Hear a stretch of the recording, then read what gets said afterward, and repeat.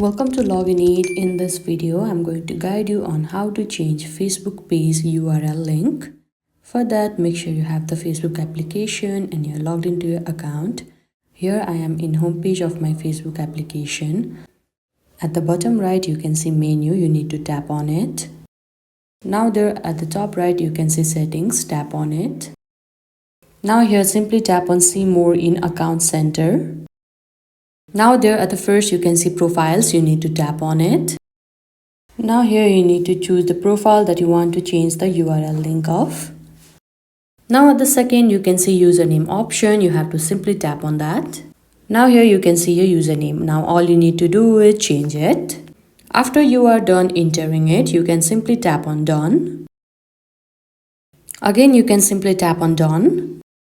And there you can see that changing your username will also change your Facebook profile URL at facebook.com/username. And this is how you can change your Facebook page URL link. I hope you found this video helpful. Don't forget to like this video and subscribe our channel Login Aid. Thank you.